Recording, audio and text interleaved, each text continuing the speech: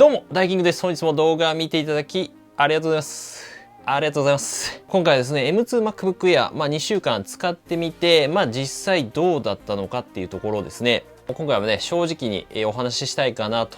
思います。登場しまして、だいたい2週間、3週間弱ぐらい、発売から経ったんですけども、今回なんで実際使ってみて、開封レビュー、1週間レビューとやってきて、今回なんで2週間ということで、ちょっと遅れちゃったんですけどね、実際使ってみてどうだったのかっていうところを、そっちにどっちかというとフォーカスしてお話ししたいかなと。で、結論から言うとね、軽くてやっぱりもうめちゃめちゃいいマシンだなって、買ってよかったなっていうところは、もちろん、ありますね。最安の、一応最安モデルのレビューにはなるんですけども、今回一応簡単にそのデザインとか見た上で、2週間使ってみて、良かった点ですよね。ここはめちゃめちゃ良かったっていうところはもちろんなんですけども、意外というか、ここが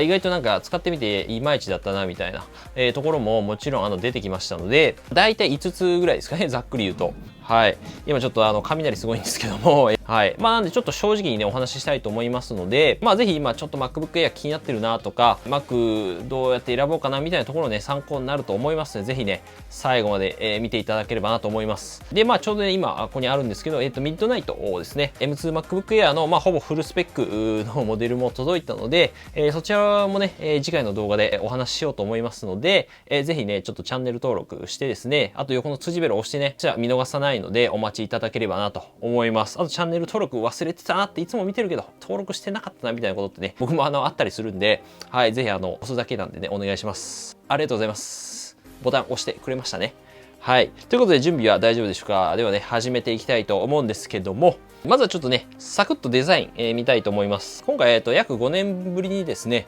MacBook Air、刷新されたということで、新しくなりました。今までは先が細くなっていくね、こういったデザインだったと思うんですけども、今回からやっぱ全体的にこの平らでフラットなデザインっていうのが、採用されておりますと。デザインはね、もちろんこれ、それぞれ好みあると思いますけども、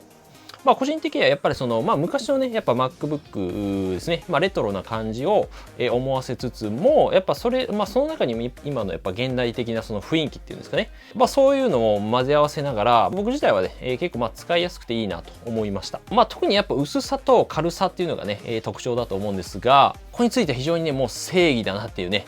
感じですよ。はい。正義ですね。海軍って感じなんだけど、全体的に非常にね、こう平らなので、見た目からするとね、そこまで、一応11.3 ミリっていうね、だいたい1センチちょっとぐらいの厚さなんですけども、そんな薄くね、見えたりしないんですが、実際やっぱ手にこう持ってみると、非常にこう薄いなっていうのをね、感じますね。特にやっぱプロ14インチとか、上のモデルとかと比べるとですね、本当別物と思えるぐらい、本当プロの14インチの本体のこの下の部分と同じぐらいの厚さなので、半分までいかないけど、サイズ感もね、こう全体的にやっぱ小さいので、非常にこう持ち運びやすいのかなと思いますね。カラーについては、今回、スペースグレーだったんですけども、今までと、本当に MacBook と同じような感じで使えるかなっていうところで、あと、新色としてね、僕も今、一応メインとして使おうとしているミッドナイトですが、やっぱ指紋ね、やっぱ実際持ってみてもすごいめちゃめちゃ目立つんで、すぐ汚れますね、正直。なんでそこら辺で、スペースグレーとか、もう一個の新色の、スターライトとかね、そこら辺も、選択肢に入れて全然いいんじゃないかなと。そっちの方が、正直実用的かなと思いますね。ミッドナイトの色味はね、やっぱり光によって青色になったり、黒色に見えたり、軍事色というか、なんていうかな、グレーなんか忘れちゃったけど、言葉を。はい。いろんなこう、光の当たり方によってね、変わったりするので、非常にいいかなというところで、その辺はちょっとTwitter の方でね、上げていこうかと思いますので、接続端子とかに関してはですね、左側、昔からありました、磁石でくっつくね、マグセーフ充電っていうのが復活しまして、あとはサンダーボルト3にね、対応した USB-C 端子が左側に2つですね。それは M1 のモデルとも基本的には一緒かなというところで、プロ14インチは、イヤホンジャックが左側にあるっていうところですかね。はい。結構やっぱ並べてみると厚みとか、デザインに関しては、結構ね、やっぱり、基本的なね、デザインは一緒なんですけども、一回り結構ちっちゃくて薄いんで、完全に結構別物かなっていう感じはありますと。で、右側は、M1 のモデルとか同様にイヤホンジャックがあるんで、ただそれだけっていうところで、プロ14インチとかだと、HDMI ポートとか SD カードとかね、いろいろついてるんですけども、その分やっぱ厚みととか重さは結構あるかなっていうところ。まあどっちを取るかみたいなところはありますね。で、キーボードに関しては一番上の、ファンクションキーですね。F1 とか5とかなんか書いてあるやつが、まあ大きくなって押しやすくなっておりまして、あとは指紋認証ね、やっぱタッチ ID がやっぱ大きくなってるので、これは結構ね、押しやすいなって個人的には思いました。まあ基本的にはまあプロとまあ一緒なんですけども、で、この打鍵感ね、打ち心地みたいなところに関しても、やっぱり今までと同様でですね、非常にこう打ちやすいなと思いました。薄くなってはね、いるんですけども、まあしっかりこう押し心地もあるというかね、打った感じもあるんで、まあ基本的にね、まあプロとまあそこまでは変わらないかなっていうところで、まあプロの方がやっぱりちょっとこの奥行きがある感じはあるんですけども、で、画面については、まあ 13.3 インチからですね、13.6 インチの、やっぱちょっと大きめのね、画面になりまして、で、画面の黒い縁ですね、ベゼルがやっぱちょっと薄くなってるんで、はい。まあ、かなりスッキリしておりますと。まあ、インカメラの部分だけ切り取られてる、いわゆるこの iPhone みたいなね、デザイン、ノッチデザインっていうのを採用してます。まあ、ノッチのね、弊害はもちろんあるんですけども、まあ、あんまりスペースが正直そんな活用できないかなっていう、まあ、ちょっとやっぱりスッキリした印象っていうのはありますけど、ということで、ここからちょっとまあ本題ですね。まあ、2週間ぐらい使ってみて、実際まあ良かった点と悪かった点、ね、いまいちどうかなみたいなところをですね、正直にちょっとお話ししていきたいと思うんですが、まあ、まず良かった点からいきたいと思うんですけども、まず一つ目としては軽さです。軽いは正義。はい。もうこれだけ覚えて帰ってください。はい。まあ本当に海軍かってぐらいね、もう背中に書いてね、カフェでやろうかな、マック持っていこうかなっていうぐらいですね、軽いです。軽いのやっぱいいなと。はい、当たり前なんですけども、まあつまり軽さとか薄さですよね。まあ特にやっぱ持ち運んで使う時にですね、めちゃめちゃやっぱ威力を発揮しますと。はい、当たり前のことを何を言ってんだって感じなんだけど、重さとしてはね、大体まあ 1.24kg なので1キロちょっとですかね。まあ M1 のね、MacBook Air と、まあそんな重さはね、そこまで変わらないんですけども、まあ、フラットでやっぱね、まあ、薄いっていうのもあって、こうやっぱ手に持った時の収まりとかは非常にいいかなと思います。で、まあ、感覚としては、本当 iPad Pro と、まあ、キーボード、マジックキーボード一緒に持ち歩くような感じに似てるのかなと。重さもね、ほぼ同じぐらいなんで、11インチとかだと。まあ、なんで昔あった本当12インチの MacBook Pro とかに、まあ、感覚としては近いのかなと思いますね。本当なんかこう気軽にね、やっぱ外に持ち運んで、使えるなっていうところがいいなと思いました。特にやっぱね、外で作業する時ですね、やっぱ2週間、本当ね、これは感じましたね。まあ以前やっぱプロの14インチ使ってたってのもあって、いや、重かったんですよね。やっぱりもう肩とか腰への負担がすごい。はい。まあなのでやっぱ外で持ち運んで作業をね、よくする方、スタバでね、Mac カタカタしたい方はぜひ、M2 Air いいんじゃないでしょうか。はい、おすすめですということで、2つ目ですね。良かった点はやっぱサクサクな性能ですね。高性能と減らないバッテリーというところで、まあこれは M1 のモデルからね、まあ同様ではあるんですけども、普段使いですね、まあ本当ウェブサイト見たりとか、まあメール返信したりとかね、まあちょっと事務作業したりとか、まあそういうもんだと、まあ本当にバッテリー減らないんですよね。まあどうだろう、1時間ぐらい使って、いや本当 5% とか下手したら、まあ本当減らない作業とかだったら 2% ぐらいしか減らないんじゃないですかね。っていうレベルで、頑張って使って 10% ぐらいだと思う、1時間で。まあ非常にしかもね、サクサク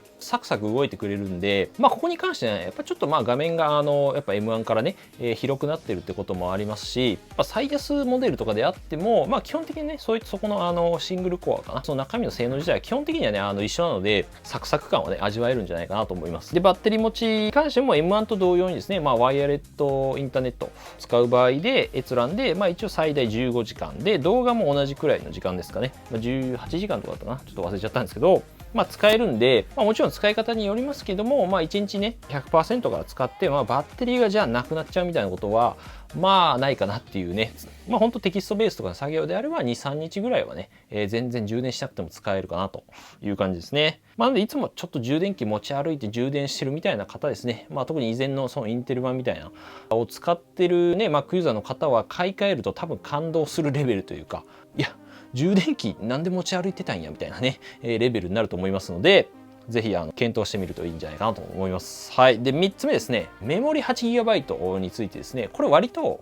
結構何でもできるんじゃないかなと思いました。まあ結構メモリ 8GB で足りますかっていう質問ね、結構来たりするんですけども、まあ前回のね、動画とかでも話した通りですね、結構やっぱユニファイドメモリ、まあ割と優秀で、まあおそらく 8GB で、まあインテル版でね、いう、まあ 16GB ぐらいに相当するんじゃないかなというイメージでいいと思います。かなりそのメモリを消費するような重めの、じゃあ例えば、動画編集とかですね、画像編集とかね、Adobe 関係のね、アプリとか、Photoshop とかね、ライトルームとか、そういう系って、結構メモリ消費するんですけど、そういうものを同時に立ち上げても、やっぱりうまくそのスワップっていうもので、うまくメモリをちょっとね、容量の方に逃がすっていうことがあるんで、普通に動きましたというところですね。はい。ただ一つちょっと注意点としては、やっぱり容量もね、なくなっちゃうと、メモリ不足っていうのが出てきて、やっぱストレージ容量もいっぱいになっちゃうと、要するにメモリをもう逃がすところがね、ないっていう感じになっちゃうんで、逃げ場がないんですよね。そうなると、アプリ閉じてくださいみたいな、警告出ちゃうんで、そこら辺はちょっと注意が必要なんですけども、そうなるとちょっとしんどいかなっていうところはありますが、なかなかそうなることもね、ほぼなかったりはすると思うんで、相当アプリを同時に立ち上げるとかじゃない限りは、ただやっぱパフォーマンスとかを求めたいのであれば、やっぱ 16GB にするっていうのは全然ありだと思いますけどね。で、ここからちょっと2週間使ってみて、ここはちょっといまいちだなって思ったところですね。そこも正直にね、全部お話したいかなと思います。で、まず一つ目としてはね、やっぱりポートですね、やっぱ端子が少ないっていうところは、やっぱりあるかなと思います。ここに関してはね、もちろん今までの Mac もそうだったので感じなんですけども、マグセーフ充電っていうね、端子が一応増えたので、USB-C ポートは2つ、使えることは使えるんですけど、充電しながら。なんだかんだやっぱね、USB ハブとかですね、データを読み込んだり、外部のディスプレイにね、つないだり、もし HDMI ポートを使うんだったらですけど、そういったものは必要になるので、面倒かなっていう部分はやっぱりありますね。あと個人的にはやっぱ右側にね、USB-C ポートね、やっぱ欲しかったなっていうのがあって、もちろん今円安で価格がね、上がってるともあるんですけど、ちょっと価格の割には右側に端子ぐらい欲しいなっていうのが、正直なところですね。やっぱり充電するときにね、ぐるっとやっぱ左側にね、回さないといけなかったりもするんで、そこの不便さは正直感じました。あとちょっと意外なところっていうのがね、そういったところで言うと2つ目なんですけども、外部ディスプレイの出力ですね。これやっぱ1台までしかできないっていうところですね。Mac に外部のディスプレイですよね。要するにつないでも、今このスタジオディスプレイっていうね、つないでますけども、こういった感じでじゃあ他のもう1個画面出すっていうのは、1台までしかできないんですよね。いわゆるデュアルディスプレイみたいなことってできないというところで、仕様的にそうなってるんですよね。一応 M2 になってね、2台ぐらい出せるんじゃないかっていう話はあったんですけども、結局できないっていうところで、ここに関しては M1 と、基本的には変わんないかなと。なので、2台以上で、一応外部ディスプレイ使いたいみたいな場合は、一応ディスプレイリンクってものをですね、それに対応した、USB のドックってものを別途買って、つなげれば、一応できることはできます。できなくはないですが、やっぱ別途またお金かかっちゃうっていうのと、若干やっぱ設定とかもめんどくさいっていうのはね、ありますね。一応僕の場合だと以前レビューしたね、ベルキンさんのドッキングステーションですね。これ 4K 出力はちょっと対応してないんですけども、なんで 4K 出力したいとかだと、そのウェーブリンクとかね、ものですかね。なんかあんまり在庫がないものとかもあったりすると思うんですけど、一応概要欄の方にね、貼っておきます。良さげなやつ。ベルキンさんのドックステーションなんか意外となんか売れてましたね。はい。普通に良かったんで、はい。この辺はやっぱちょっと面倒かなっていうところはありますね。で、3つ目としてはね、やっぱ長時間作業に関してはパフォーマンスはやっぱり落ちるかなっていうのはあります。エアーなんでね、仕方ない部分はあるんですけど、シネベンチっていうのね、もので測定もしたんですけども、要するに10分ぐらいかけてね、負荷をかけたテストっていうのがね、できるんですが、マルチコアですね、負荷がかかる作業で、M2 エアがね、だいたい5400ぐらい、最初の回した時が。ちなみに M1MAX が12000とかぐらいだったんですけども、で、これでアプリを、かなり開いて、負荷をさらにかけて、そういった状況で、さらにシネベンチまた回してみると、ここはもうね、4300とかぐらいまで、ちょっとやっぱ落ちてしまったので、この時、ファイナルカットプロとかですね、Photoshop とか、サファリもかなりやっぱタブとかですね、画面をかなり開いたね、ウェブサイトをいっぱい開いてるような状態でやったっていうのもあって、やっぱパフォーマンスがね、やっぱ落ちるっていうのはね、やっぱ中で熱を逃がすファンっていうのがないので、それはあるのかなと。熱を持つんで、基本的にやっぱ性能を抑えるような仕様に、熱を持ちすぎないようにっていうことで、そういった仕様になってるんじゃないかなっていうところで、なんで自分で抑えてるっていう感じではあると思うんですけど、なんでちょっと時間を空けると、やっぱり戻ったりはするんですが、なんで一気にこう負荷をかけずに、徐々にちょっと開けて作業するとか、そういったことは、工夫は必要になるかなっていうところはありますね。で、あとはちょっと細かい部分で言うと、最安モデルですね。容量が256GB のモデルだとやっぱ SSD のスピードですね、遅さっていうのはあります。なんでデータをこう読み込んだりするスピードなんですけども、実際やっぱね M2MacBook Pro とかと同様にですね、これ最安モデル M2 Air も、やっぱり M1 とかそういったものに比べても、半分ぐらいのスピードというかねなっておりまして、最安モデルだとやっぱどうしてもこれが落ちちゃうっていうのはありますね。なんで頻繁にやっぱデータをこう移したりする方ですよね。外部のディスプレイじゃない、外部の SSD とかにね、じゃあ動画のデータをこっちに移して、またこう入れたりとか、そういったのをよくするんであれば、あんまり向かないかなっていうところはあれです。512GB 以上の方がいいのかなというところですね。もちろん普通に使う分にはそんな問題はないと思うんですけど、はい。そういうのもありますっていうところで、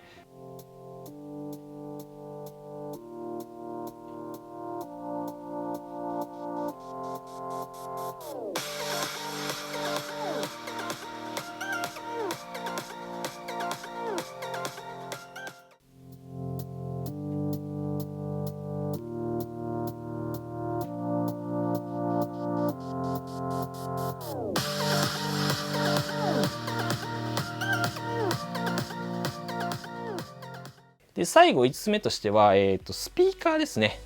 ここなんか思ったよりちょっといまいちだったなっていうのは正直あります。普通に使う分には全然問題ないんですけども、どうかな、低音とかはあんまり強くはないので、ちょっとあとなんかシャリシャリ感あるなっていうのは正直ありました。はい。あえて言うとって感じですけど、やっぱ少し音のその広がりというか、一応空間オーディオ対応してたと思うんですけど、それぐらいで基本的にそんなどうだろうね、M1 とそんな大差ないかなっていうのが、はい。もちろん良くはなってるんですけど、っていう感じですかね、実際使ってみて感じたところは。はい。ということで、ちょっと M2MacBook Air ね、レビューしたのでいかがだったでしょうかね。はい。使ってる方のね、コメントだったりとかですね、ちょっと気になることとか、ぜひあればね、コメントいただければと思います。というか、情報いろいろね、教えてもらえればと思います。ここが良かったとか悪かったみたいなところ。ここにもあと M1MacBook Air のね、レビューだったりとか、MacBook Pro のね、レビュー14インチとかありますので、そっちもちょっと参考にね、ぜひしてもらえればと思います。はい。と、次回はですね、あとこのミッドナイト、メモリ 24GB で、容量 1TB かな。